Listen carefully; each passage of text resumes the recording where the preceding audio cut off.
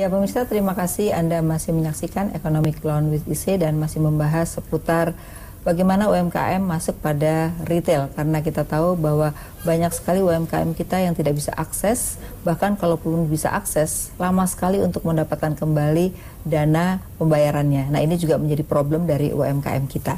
Ya Mas Heri, tadi saya menanyakan mengenai bahwa sekarang ini kalau kita lihat katanya 2%, tapi kalau kita mau jujur ngitung yang inovasi ya kan, yang benar-benar dia sustain memikirkan usahanya tuh sebenarnya nggak nyampe, mungkin cuma 1% gitu. Kalau ngitung katanya tadi Bu Melani 3%, itu termasuk pedagang mungkin ya gitu ya. Nah persoalan kita yang utama kalau kita melihat ini satu angkatan kerja kita itu kebanyakan adalah SMP ke bawah. Jadi banyak UMKM kita yang dikatakan tadi itu juga pendidikannya sangat rendah ya. Sehingga memang mau tidak mau butuh yang namanya pembinaan secara kontinu, itu yang pertama. Yang kedua, pendidikan vokasional kan baru ya. Nah, itu juga menjadi problem.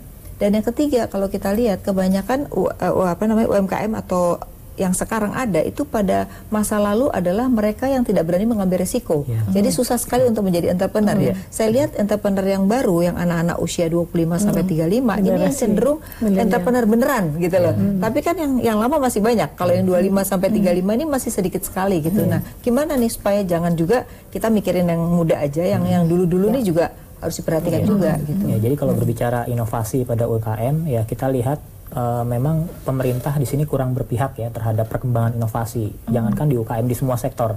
Nah, hal ini terlihat di anggaran untuk inovasi atau R&D fund di Indonesia ini baru berkisar 0,3% dari GDP. Kecil sekali ya. Kecil sekali, jauh tertinggal dari negara-negara lainnya. Jadi hal ini menunjukkan bahwa ya pelaku usaha kurang mendapatkan insentif untuk melakukan inovasi.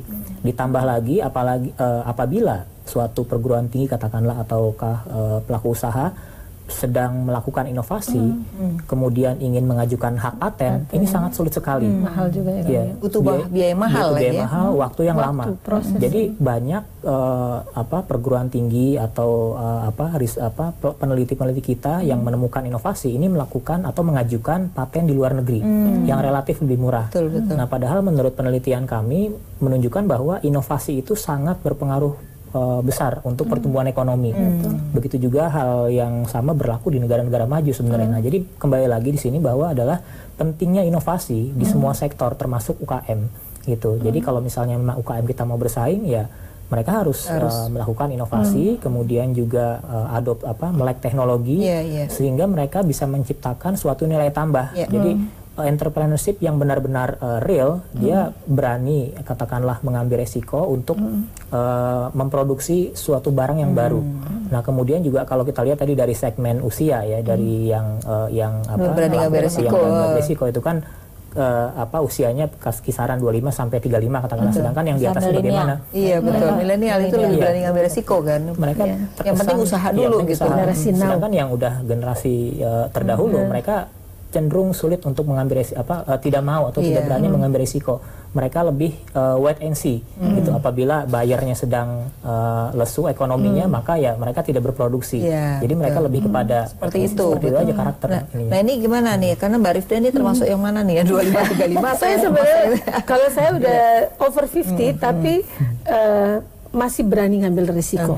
Dan memang benar apa yang Mas Heri sampaikan, tidak banyak nih ketika jadi pengusaha, apa sih kesulitan dan bagaimana bisa survive, mungkin juga orang ingin tahu juga. Ya, jadi mungkin karena gini, zaman saya dulu karena memang akses terhadap modal itu minim sekali, jadi saya memang lulus IPB itu kerja dulu di kebetulan masuk di perusahaan consumer produk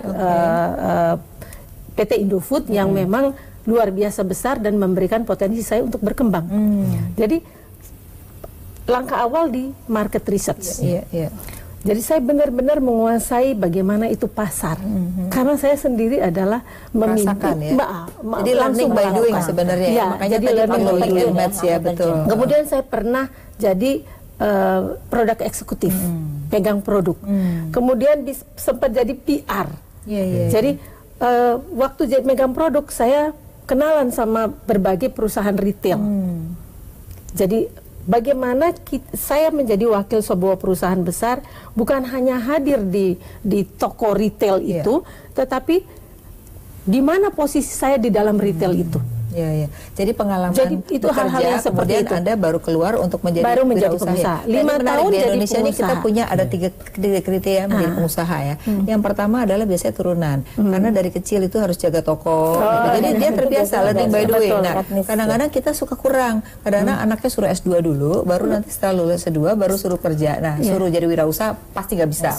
Nah, yang kedua seperti Mbak Rifda, bekerja dulu, lalu dia mempelajari, baru dia jadi wirausaha. Nah, yang ketiga ini adalah biasanya cenderung otodidak. Nah, otodidak ini kan mungkin 1.000.000, nggak mungkin terjadi gitu. Nah, 3 model ini di Indonesia, jadi bukan karena benar-benar dari pendidikan. Yang dari pendidikan benar-benar dari usia PAUD itu belum ada di kita. Makanya sebenarnya entrepreneur pelajarannya jangan di kuliah ya, sebenarnya harusnya dari usia PAUD sudah mulai diajar entrepreneur gitu. Saya SMA sudah punya toko fashion. Sudah jadi agent dari Logo Collection, sepatu Wimo di Ternate. Waktu umur masih belasan tahun, SMA. Waktu kuliah di IPB saya masih dagang, beli barang, kirim ke Ternate. Itu hal-hal yang memang terbangun sejak kecil. Jadi bukan karena sekolahnya ya, bukan karena sekolah. Otodidak tadi Anda termasuk yang 1.000.000. Karena saya melihat ibu saya, karena ibu saya pengusaha. Saya lihat ibu saya bagaimana ibu saya bisa membiayai kita kuliah. Di saat bapak saya hanya pegawai negeri dengan segala tadi kriteria yang pertama tadi ya. Jadi kita melihat dan juga memang melihat potensi. Jadi karena ada saudara aku yang memang lebih memilih untuk jadi ibu rumah tangga, tapi ada yang memilih jadi pengusaha. Nah, itu Bu, kalau lihat kayak gitu kan berarti kan gak mudah ya, harus ada pilihan-pilihan itu. Sebenarnya ada etnis yang emang udah turunannya begitu. Betul. Ya. Jadi learning by doing tadi kan. Dari kita tuh biasanya dari Sumatera. Ya dari Sumatera. Bisa dagang. Ya dagang emang mereka udah gimana ya, udah bawaannya seperti itu ya. Jadi selalu. Tapi itu bukan bawaan kan, learning by doing juga bukan bapaknya tiap hari panjang pendek berapa, jadi dia udah biasa. Iya, kayak yang kita tahu ada di etnis Cina ya, itu kan dari kecil habis jaga pulang toko. sekolah jaga toko. Iya Bu, benar. Nah mungkin tadi apalagi Mbak Afi bilang dari PAUD malah. Nah, dari PAUD mungkin kita harus pelan-pelan dari SD ya, dari TK malah kan, PAUD terus ke TK itu gimana guru-gurunya melihat potensinya masing-masing, mungkin diberikan keahlian apa, ayo kamu senangnya apa, dan dari situ mulai kita pupuk dan dia bisa ngomong ke orang tuanya, kayaknya dia ada bakat ini dan gitu. Jadi nantinya yang sekolah yang dianjurkan sekarang vokasi, mungkin karena dari bukan TK, SD tinggi, dia harus tahu dari bawah justru. Iya, kalau udah jadi SMA kan udah telat kadang-kadang apa ya tadinya bakatnya sebenarnya apa, tapi kalau dari TK SD udah dikembangkan untuk menuju sekolah vokasi apa nantinya jadi apa, mereka mungkin juga akan bisa baik ya. Oke. Nah, ini Mas Heri, apa yang dikatakan Bu Melani juga menjadi menarik ini. Orang ketika jadi usaha, kadang-kadang mereka tidak mau memisahkan antara hasil usaha dengan kekayaan pribadi. Jadi itu mencampur baur ya kan. Bahkan dikasihkan training tentang bagaimana mengatur keuangan. Pertama waktu diajarin tapi begitu orangnya sudah pergi balik lagi gitu. Ini kan juga nggak mudah gitu. Artinya dia nggak akan bisa besar selama dia tidak memisahkan antar hartanya dengan kekayaan dan perusahaan. Gimana? Ya, memang kebiasaan ini ya, faktor kebiasaan yang mungkin turun-temurun yang dikelola dengan pola yang konvensional. Kemudian ketika mendapatkan pelatihan-pelatihan bagaimana cara katakanlah membuat laporan keuangan yang standar gitu, kemudian juga bagaimana cara memproduksi barang yang baik dan benar, ini seringkali hanya sesaat ya, sesaat, kemudian ketika pelatihan itu sudah berlalu ya dia kembali lagi ke pola yang konvensional. Jadi memang ini harus dirubah dari pola kebiasaannya harus dirubah sehingga pelaku usaha itu bisa menyesuaikan dengan arah orientasi permintaan global gitu, permintaan market. Mungkin harusnya kalau menurut saya nggak sebaiknya juga bikin kelompok, jadi dikasih insentif. Anda boleh pakai misalnya kredit usaha rakyat, tapi adalah yang dia mau berkelompok. Kalau dia nggak mau berkelompok jangan dikasih kredit gitu. Jadi supaya ada insentif berkelompok itu. Kalau sekarang kan individu boleh, mau berkelompok boleh, akhirnya tidak ada insentif yang membuat orang tidak mau membuat skala ekonomi kan. Akhirnya jadi kecil-kecil sekali gitu. Gimana Mbak Rifda kalau ngelihat gitu? Jadi bukan hanya memperjuangkan kurnya, tapi memperjuangkan bagaimana insentif supaya orang tuh mau membentuk skala ekonomi gitu.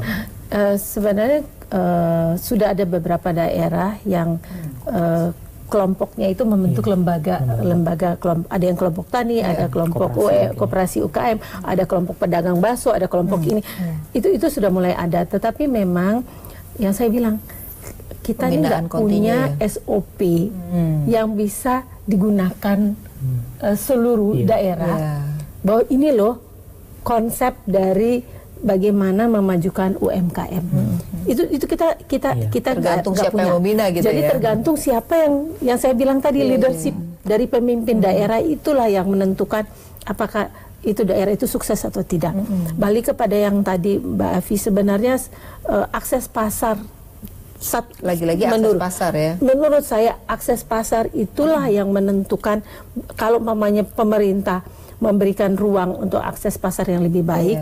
BUMN juga lewat CSR, PKBL memberikan akses pasar yang lebih baik, maka perbankan akan masuk, Askrindo penjaminnya akan masuk. Jadi mungkin kemudian gini, pemerintah kalau membuat tender ya otomatis dalam negeri dulu kan gitu. Nah ini mungkin juga harus di encourage ya, karena kalau kita lihat dari kontribusi PDB kita yang 12.000 triliun, sebenarnya itu dalam negeri bisa multiplier efeknya lebih banyak. Tapi sayangnya tadi masih dari import karena masalah murah kan gitu ya. Padahal kan dengan lokal itu multiplier efeknya tuh bukan hanya kepada produktivitas, tapi kepada kehidupan masyarakat secara sosial, kemudian SDM berkualitas akan dihasilkan. Karena kalau umpamanya UKM di komoditas tertentu maju, maka ada sekolah yang mendukung itu dan sebagainya. Kita harus break dulu karena kita akan melihat iklan berikut ini. Ya pemirsa, tetaplah di Economic Lounge with ISE.